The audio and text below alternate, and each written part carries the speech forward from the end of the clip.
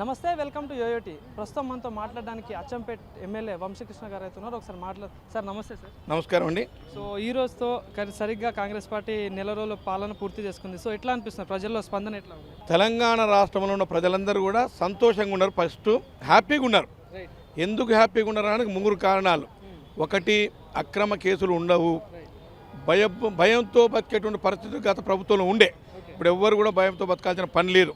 స్వేచ్ఛా వాయువులు పీలుస్తూ ఎక్కడైనా గవర్నమెంట్ను క్వశ్చన్ చేసేటువంటి హక్కు కల్పించినాం. ఎక్కడైనా మా ప్రభుత్వం, మా ముఖ్యమంత్రి గారే గౌరవనీయులు పెద్దలు రేవంత్ రెడ్డి గారే చెప్పారు.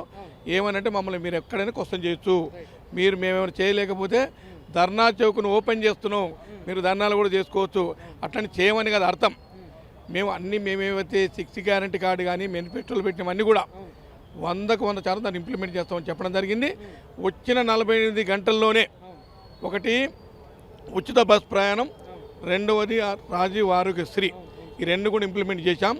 వెంటనే ప్రజాపాలన గ్రామ సభలు పూర్తి అయిపోయినాయి. 6వ తారీఖు నాడు పూర్తి అయిపోయినాయి. డాటా ఎంట్రీ మొదలైంది. ఎంక్వైరీ కూడా త్వరలో మొదలవుతుంది.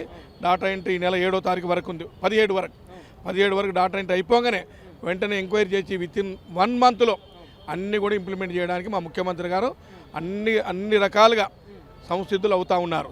అన్నిటికి మించి ఇంకా 2 స్కీములు త్వరితగతినగా ఇంప్లిమెంట్ చేయాలని ఉన్న స్కీములలో 500 రూపాయలకి సిలిండర్ ఒకటి, రెండవది 200 యూనిట్ల వరకు ప్రీ పవర్ ఇస్తామన్నాం.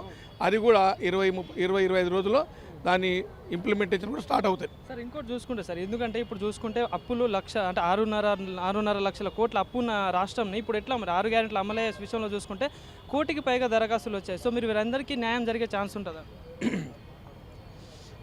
6,71,000 చిల్లర అప్పులు ఉన్నాయి. దీంట్లో ఈ గవర్నమెంట్ బడ్జెట్ అనేది పెట్టెలో ఉండదు, వస్తుంటుంది పోతుంటుంది.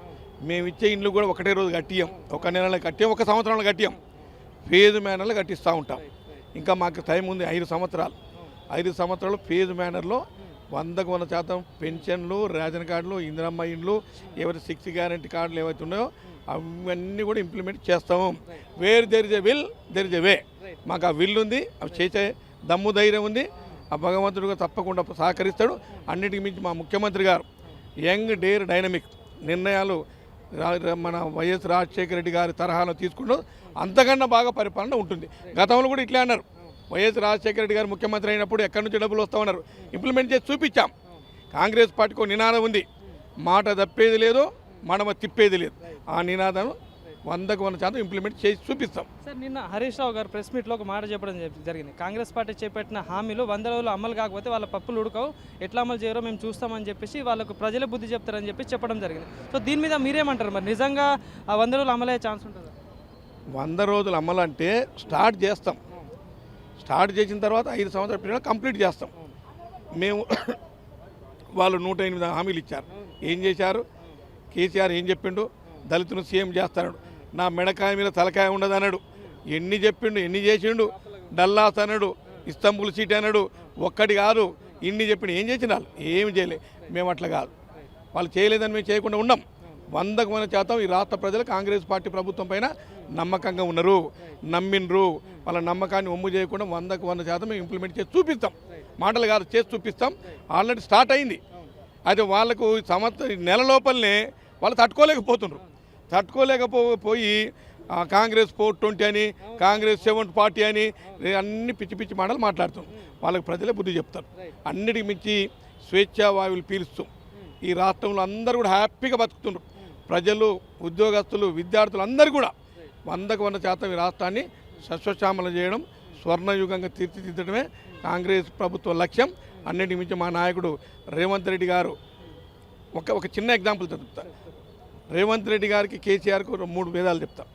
రేవంత్ రెడ్డి గారు ఫటాఫట్ తీసుకుంటూ ఇంప్లిమెంట్ చేస్తున్నాడు. రెండవది, కేసీఆర్ గారు ఇంటి నుంచి బయలుదేరి ఎక్కడ సెక్రటరీకి వచ్చేటప్పుడు ఎంతమంది ఆగేది ట్రాఫిక్లలో, ఇవాళ ఆగుతున్నారా? అంటే సామాన్య మానవుని లెక్కపోతున్నారు. సామాన్య మానవుని లెక్క అంటే మామూలు సివిల్ సిటిజన్ లాగా ముఖ్యమంత్రి గారు పోతూ ఉన్నారు. ఇప్పుడు ముఖ్యమంత్రి బండ్లు కొనలే, హంగామా ఆర్భాటం లేదు.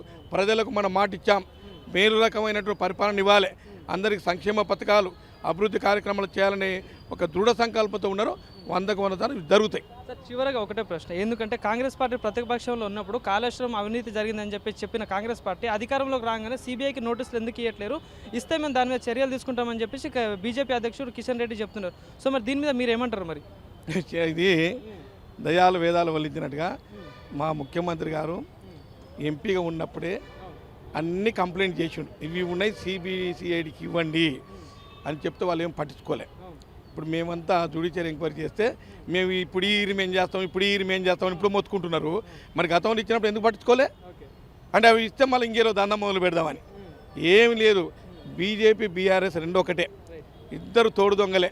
మీరు ఇన్ని అంటున్నారు కదా, మరి కవిత మీద లిక్కర్ స్కామ్లో మరి అన్నీ వచ్చినాయి, ఇన్నిసార్లు చేసిండ్రు, మరి ఏం చేసిండ్రు? ఎందుకు అరెస్ట్ చేయలేదు? ఇద్దరు కలిసి ఎందుకు మాట్లాడుకున్నారు? ఇవన్నీ ప్రజలకు తెలియదా? ఇవాళ కిషన్ రెడ్డి ఇంకోరు మాట్లాడితే ప్రజలు నమ్మే పరిస్థితులు లేరు. బీజేపీ బీఆర్ఎస్ ఒక నాన్నకి బొమ్మ బురుసు కాబట్టి ప్రజలు నమ్మరు. సో మరి వచ్చే లోక్సభ ఎన్నికల్లో కాంగ్రెస్ పార్టీ ఎన్ని సీట్లు వచ్చే ఛాన్స్ ఉంది వాళ్ళకు? అంటే బీజేపీ బీఆర్ఎస్లో ఎవరు అంటే ప్రతిపక్షం? నాకు తెలిసి 14 గెలుస్తాం, 12 సునాసనంగా గెలుస్తాం. 12 ఇంకా కొద్దిగా కష్టపడితే 14 గెలుస్తాం. మాకు సెకండ్ ప్లేస్ ఉన్నది బీజేపీ, థర్డ్ ప్లేస్ బీఆర్ఎస్ ఉంటుంది. ఇది 100కు 100 శాతం ఉంటుంది. చూడండి. Thank you. ఓకే.